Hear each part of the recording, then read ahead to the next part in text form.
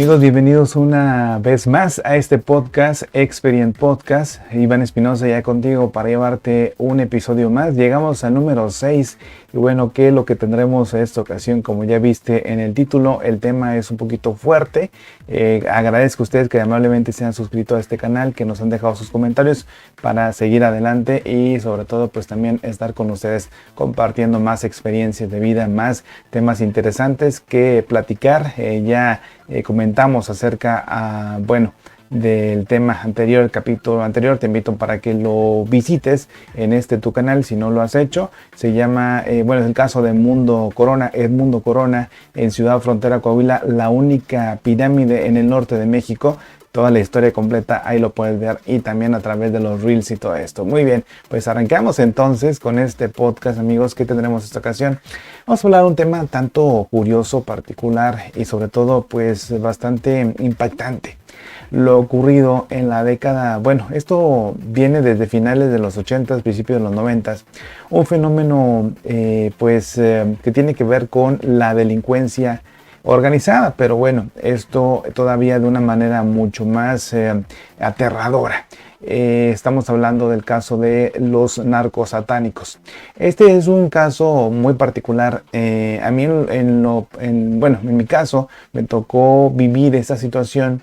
No que yo haya estado involucrado en nada de esto, sino simplemente como un niño, siendo un niño todavía, en las escuelas se comentaba de que pues estos andaban haciendo sacrificios, rituales, entre otras muchas más cosas, y buscaban a niños, ¿no? Esa es una leyenda urbana que sonó mucho en la década de los 90s y que, trajo consigo pues en esa etapa donde no había redes sociales, no había nada donde pudiéramos comprobar.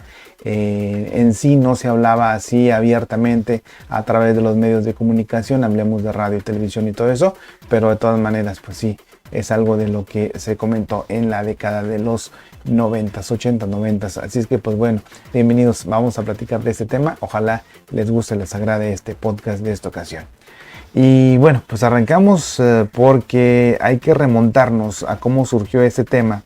Y si no has investigado este caso, te voy a dejar un poquito a grandes rasgos de lo que ocurrió con el caso de Adolfo Constanzo y el grupo que horrorizó con sus sacrificios humanos, y que este caso en particular estremeció no solamente la prensa mexicana, sino también a la de los Estados Unidos.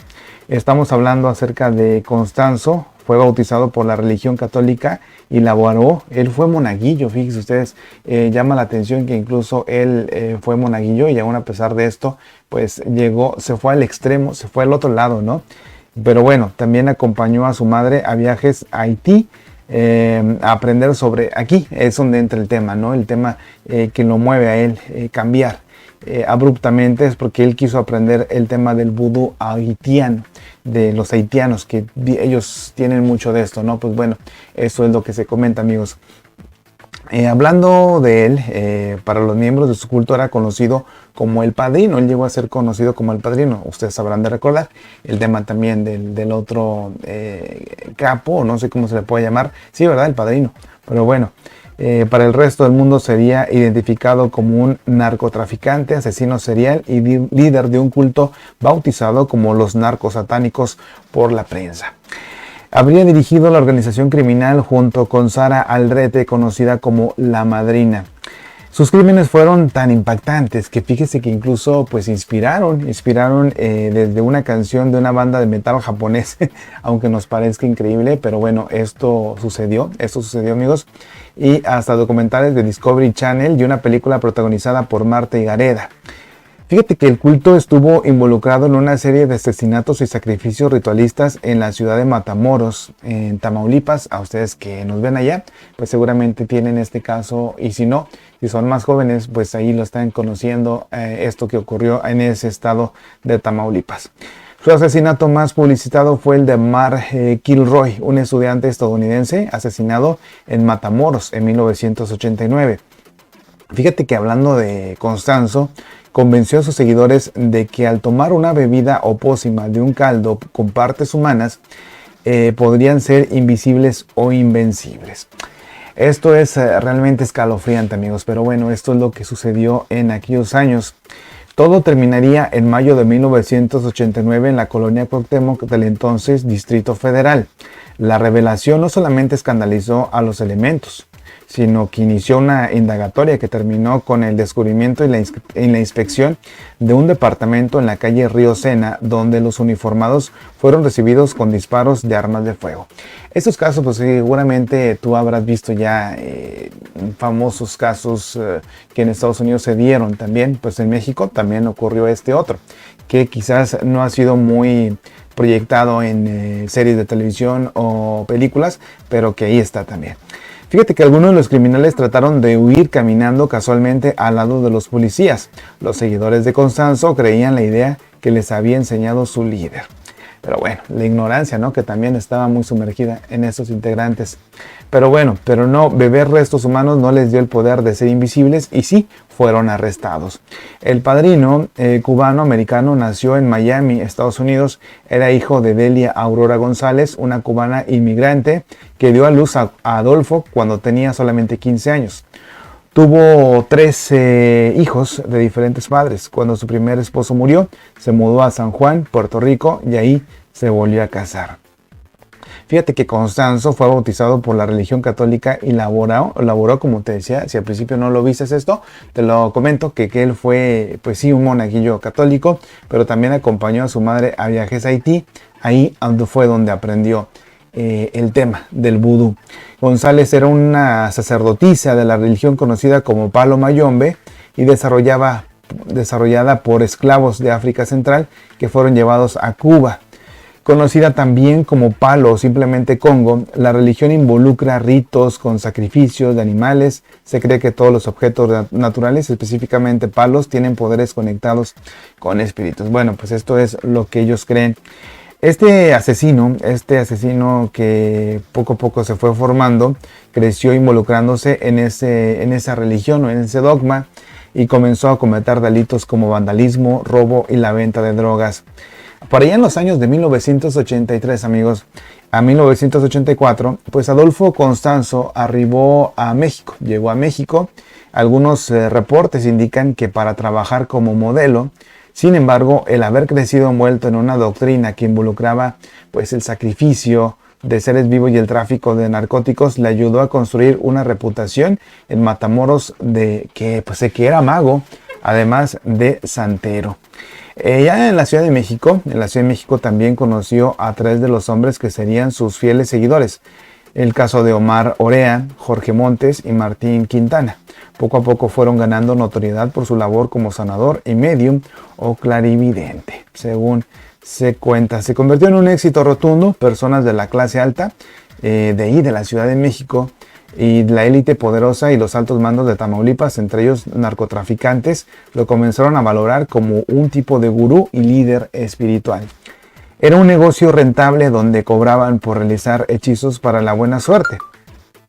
Y otros caros que requerían el sacrificio de animales, que iban desde cabras y pollos hasta serpientes, cebras y cachorros leones, según el libro Evil Serial Killers in the Minds of Monsters, escrito por Charlotte Drake. Y comenzó a asaltar, allanar cementerios buscando huesos humanos para su caldero. El culto respaldaba la idea de que los espíritus de los muertos en el también llamado Ganga serían los más poderosos si se utilizaban sacrificios humanos y no cadáveres viejos. Y ahí prácticamente se puede decir que inician los asesinatos de manera más fuerte. Más de 20 víctimas cuyos cuerpos mutilados fueron hallados en la Ciudad de México y también sus alrededores.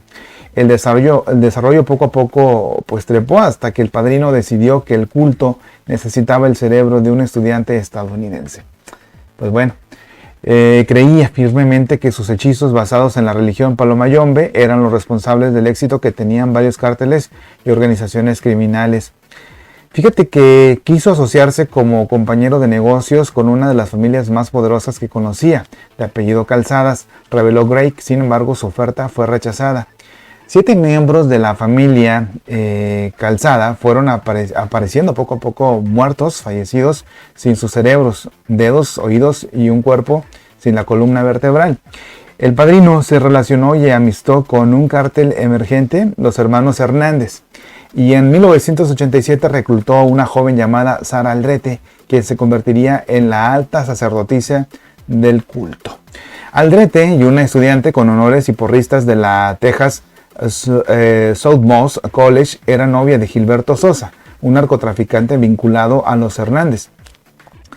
Refiriéndonos a Constanzo, designó a Aldrete como la segunda al mando y quien dirigiría a los seguidores cuando éste se encontraba traficando marihuana en la frontera con Estados Unidos. También se convirtió en la principal reclutadora de nuevos integrantes y víctimas. Reclutaba a personas enseñándoles la película The Believers, dirigida por John Schlesinger y protagonizada por Martin Sheen, un thriller del año de 1987 en el cual un culto en la ciudad de Nueva York realizaba sacrificios humanos para ganar dinero e influencias. Bueno, según esto, pues vemos, ahí está toda la esencia de por qué empieza poco a poco a surgir este caso y luego surgen otros más que fueron como copiando también a este hombre, y bueno, surgieron lo que en la década de los finales de los 80s, principios de 90s, conocimos como los narcosatánicos, y que había en muchas ciudades de México, se hablaba de que hacían esto y causaron mucho temor, mucho miedo. Y bueno, si ustedes lo quieren relacionar aparte con que los gobiernos pues eran de lo que se considera como la etapa del PRIAN, donde había sobre todo causar también terror, miedo. La época de Salinas, todo eso todavía se seguía comentando mucho acerca de los narcosatánicos. Según Rolling Stone, los miembros del culto eran obligados a ver la película una y otra vez como forma, regresando a esto que te comentaba de la película protagonizada por Martin Sheen, esta The Believers. Bueno, pues según Rolling Stone, los miembros del culto eran obligados a ver la película una y otra vez como forma de adoctrinamiento y acostumbrarlos a la ideal del sacrificio humano. En el año de 1988, los narcosatánicos se mudaron al rancho Santa Elena en Matamoros. Era una casa en la mitad del desierto. Fue ahí que comenzaron a ejecutar asesinatos con rituales más sádicos y sangrientos. En el rancho, donde también albergaban cargamentos de marihuana y cocaína, asesinaban a extraños y a miembros de cárteles rivales. Fue el 13 de marzo de 1988 que la historia comenzaría a ganar notoriedad. Ese día desapareció un estudiante estadounidense de 21 años de edad. Él se llamaba Mark Kilroy, y cuyo homicidio y sus detalles desatarían pánico entre las autoridades de México y Estados Unidos. Pues sí, aquí fue donde el punto más fuerte, ¿no?, de este caso. Una búsqueda por los asesinos coordinada entre ambos países que terminaría con un enfrentamiento armado en las calles de la Cuauhtémoc en la capital del país. Los secuaces de Constanzo secuestraron al estudiante Mark Kilroy en las afueras de un bar en Matamoros, Tamaulipas, y lo llevaron al rancho. El joven se encontraba en un spring break, ustedes saben, las vacaciones que agarran los estudiantes de Estados Unidos en primavera. Murió en las manos del padrino de una forma cruel. Autoridades mexicanas declararon que Kilroy fue asesinado con el corte de un machete en la parte trasera del cuello mientras intentaba escapar, 12 horas después de haber sido llevado al rancho, de acuerdo con The New York Times. Durante esa noche, antes de su muerte, fue torturado y también abusado. Le quitaron su cerebro y lo hirvieron en una olla. Sus asesinos después le insertaron un cable en su columna vertebral para jalar los huesos una y otra vez, que su cuerpo estuviera descompuesto. Le amputaron también las piernas hasta sus rodillas y lo sepultaron en el rancho junto con otros que habían sido asesinados antes que él. La búsqueda de Kilroy comenzó como cualquier rutina de personas desaparecidas. Autoridades estadounidenses y mexicanas pensaban que era un joven que aparecería un par de días después de haber tomado una fiesta. Así suele suceder, ¿no?, estos casos, que pues tiene esta búsqueda y la tragedia después. Pero bueno, no obstante, señaló The Washington Post, su caso rápidamente cobró importancia y atención en los Estados Unidos porque su tío Ken Kilroy trabajaba en la Oficina de Aduanas y Protección Fronteriza. Con la presión del gobierno estadounidense, autoridades mexicanas instalaron un punto de inspección en la carretera federal número 2 que conecta Matamoros con Reynosa. Ahí detectaron a un sujeto de nombre Serafín, el mismo quien había secuestrado junto con otros hombres a Kilroy semanas antes. Serafín Hernández García y otros sospechosos que fueron capturados guiaron a la policía en el rancho Santa Elena para demostrarles dónde habían enterrado los restos humanos de sus víctimas. A punta de pistola fueron obligados a desenterrar los cuerpos por horas. Fíjate que tras la excavación, los seguidores del culto pues exhumaron 15 cadáveres mutilados, incluyendo el de Mark Kilroy, de acuerdo con Los Angeles Times, todos varones asesinados durante un periodo de 9 meses. Tulsa World reportó en ese entonces que los investigadores concluyeron que la mayoría de las víctimas fueron narcotraficantes rivales de Constanzo y no víctimas al azar para sacrificar por el culto. Mark Kilroy fue elegido a ciegas porque Constanzo ordenó a sus seguidores pues encontrar a un hombre blanco y angloparlante para sacrificar. O sea, un gringo, ¿no? Era lo que querían. 3 de los 15 cuerpos nunca fueron identificados, lamentablemente. Fue en el rancho la policía también encontró cargamentos de marihuana, cocaína, armas de fuego y vehículos con teléfonos incorporados. Un lujo, pues, en esa época. Nunca se hallaron signos de canibalismo, no obstante, la policía encontró la parafernalia de los narcosatánicos, ¿sí? Calderas con un cerebro humano, cabezas de cabras, tortugas, patas de pollo, monedas, sangres de animales. Toda esa situación, amigos, que se dio finales de los 80, principios de los 90, este caso en particular, que desató otros más rumores de que había sucesos extraños de este tipo en otras ciudades del país. Los 4 detenidos fueron llevados a las inmediaciones de la Policía Judicial Federal en Matamoros el 12 de abril, donde en una conferencia de prensa declararon que Constanzo ordenó el asesinato de Kilroy. Cuando los cuerpos en Santa Elena fueron descubiertos el 11 de abril de 1989, Constanzo y algunos de sus seguidores, los que pudieron evadir a las autoridades, huyeron a la Ciudad de México, donde los narcos satánicos tenían propiedades. Escapó con Sara Aldrete o la madrina, Omar Francisco Orea Ochoa, Martín Quintana Rodríguez y Álvaro de León Valdés, alias El Dubi.